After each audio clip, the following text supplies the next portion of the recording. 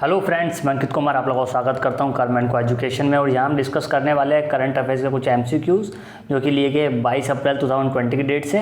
तो important MCQs है और वीडियो को लाइक कीजिए, शेयर कीजिए, सब्सक्राइब कीजिए, क्योंकि ये समझ लीजिए कि तीनों चीज़ें लाइक, शेयर एंड सब्सक्राइब हमारी फ़ी है। ठीक है, तो हमारी फ़ी ज़रूर भरिए और फ़ी भर के आगे जितना मर्जी पढ़िए।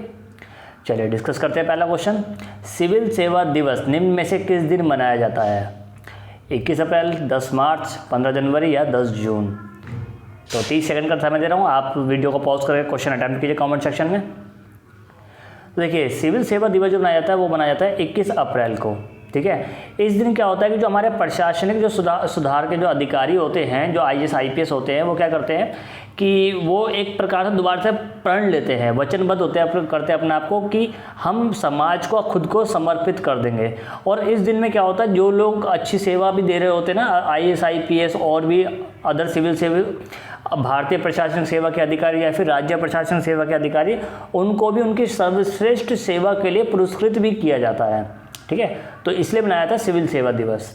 अगला क्वेश्चन देखते हैं, किस देश ने भारत द्वारा प्रत्यक्ष विदेशी निवेश में किए गए बदलाव को WTO के सिद्धांतों का उल्लंघन करार दिया है? नेपाल, चीन, जापान या रूस? तो यहाँ पर जो ये बात की है, चीन ने की है। एक्चुअली चीन क्या कर रहा था, वो जो FDI है, चीन ने कहा है कि भारत ने FDI के नियमों का उल्लंघन किया है। ठीक है, असल में चीन क्या कर रहा था कि चीन की तरफ से जो कोरोना की महामारी आई, तो इसमें चीन निवेश क्या कर रहा था, वो भारतीय कंपनियों के से टेक ओवर करने की कोशिश करता। और सरकार ने क्या किया कि इस कंपनी का टेक ओवर ना होने दें, इसके लिए क्या करा, सरकार ने कुछ कदम उठा लिए और FDI में बदलाव कर दिए। और इस बदलाव के कारण अब कोई भी विदेशी कंपनी किसी भारतीय कंपनी का विलय अधिग्रहण नहीं कर सकेगी, क्योंकि सबको पता है कि विश्व में बहुत तकड़ी मंदी आने वाली, बहुत ज़्यादा मंदी का दौर आने वाला, और उससे भारत भी कहीं ना कहीं अछूता नहीं रहेगा। ठीक है, तो इसको ध्यान में रखते हुए एक चीज़ देखी गई है क्या कि चीन ने क्या किया, चीन हमारे यहाँ की कंपनियों में विलय करने की कोशिश कर रहा है, यहाँ पे कंपनियों पैसे डाल करके उन्हें खरीदने की कोशिश कर रहा है शेयर मार्केट के थ्रू। ठीक है, तो इसको रोकने के लिए ये कदम उठाया गया है। अगला है, RBI ने वित्तीय वर्ष 2020-21 की पहली छमाही के शेष भाग के लिए अग्रिम सीमा को 1.2 लाख करोड़ रुपए से कितने लाख करोड़ रुपए तक करने की घोषणा की है? 3 लाख, 4 लाख, 2 लाख या 5 लाख? तो यहाँ घोषणा की है 2 लाख करोड़ करने की घोषणा की है। RBI ने एक विज्ञापन जारी किया है जिसमें बोला है कि कोरोना वायरस की जो महामारी है, इसको देखते हुए भारत सरकार के साथ उसने विचार किया है और चालू वित्तीय वर्ष की जो पहली छमाही रहेगी उसमें अप्रैल से सितंबर तक की बात की गई है। ठीक है, जो अप्रैल अब चल रहा है और उससे सितंबर तक की बात की है, 2020 तक की। इसमें जो क्या है कि 2 लाख करोड़ रुपए का खर्च करने की बात की गई है। और इससे पहले क्या किया गया कि सभी जो राज्य हैं उनकी जो खर्च की ज़रूरतें हैं उनको भी 30% से बढ़ा करके 60% कर दिया गया, यानी कि पहले जो अमाउंट राज्यों को मिलता था वो भी इंक्रीज कर दिया गया है। और कोरोना वायरस से जो भी सरकारें जूझ रही हैं या फिर बंद पड़ी जो आर्थिक गतिविधियां हैं, उसके बीच में जो भी संचालन मुश्किल होता है कि उसका समाधान निकालने के लिए, संसाधन जुटाने के लिए भी ये राशि खर्च की जाएगी। हाल ही में राष्ट्रपति रामनाथ कोविंद का सचिव किसे नियुक्त किया गया है? राहुल राय, मनोज त्रिपाठी, नीरज अग्निहोत्री या कपिल देव त्रिपाठी? तो यहाँ पे अच्छा क्वेश्चन है। इस क्वेश्चन को मैं चाहूँगा आप लोग वीडियो को पॉज कर कमेंट सेक्शन में अटेम्प्ट कीजिए। चलिए देखते हैं। यहाँ नियुक्त किए गए कपिल देव त्रिपाठी को, ये एक IAS अधिकारी हैं कपिल देव त्रिपाठी, जो रामनाथ कोविंद के सचिव के रूप में नियुक्त किए गए हैं। और हमेशा जो ऐसे पोस्ट पे आते हैं वो एक IAS ही होते हैं। और ये असम कैडर के, असम और मेघालय कैडर के 1980 बैच के IAS अधिकारी, वो भी सेना मतलब रिटायर्ड अधिकारी एक प्रकार से। ठीक है, सेवानिवृत्त अधिकारी हैं। और मौजूदा समय में अगर बात करें तो त्रिपाठी जी सार्वजनिक उद्यम चयन बोर्ड PISB के अध्यक्ष हैं। ठीक है, प्रधानमंत्री नरेंद्र मोदी की अध्यक्षता वाली कैबिनेट की नियुक्त समिति ने संविदा आधार पर त्रिपाठी को कोविंद का मतलब राष्ट्रपति जी का सचिव नियुक्त किया है और इनका कार्यकाल राष्ट्रपति के कार्यकाल के समान ही होगा। ठीक है, चलिए अगली न्यूज़ देखते हैं। अगला क्वेश्चन क्या है? सड़क परिवहन मंत्रालय ने अपनी वेबसाइट पर ढाबों और ट्रक की मरम्मत की दुकानों की सूची के लिए किस लिंक की शुरुआत की है?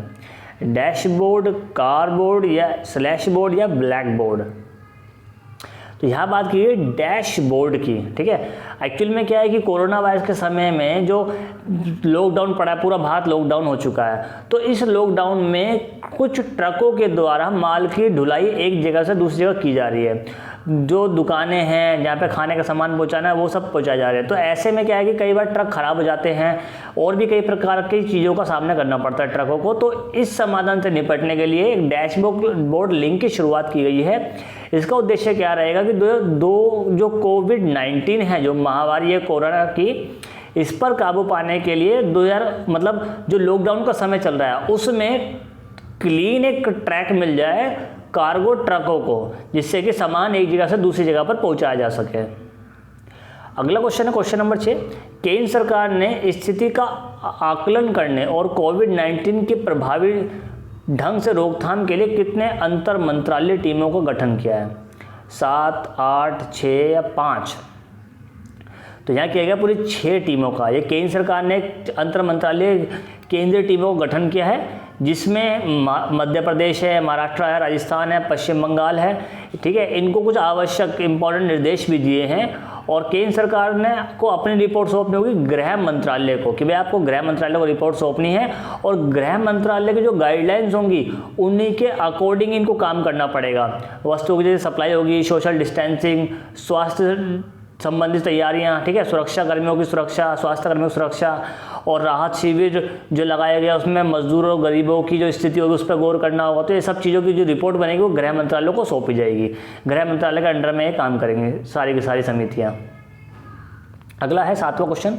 जैव प्रौद्योगिकी विभाग DBT ने कितनी कंपनियों को चुना है जिसे कोविड-19 का टीका विकसित करने के लिए धन मुहैया कराया जाएगा? 4, 5, 8, 3?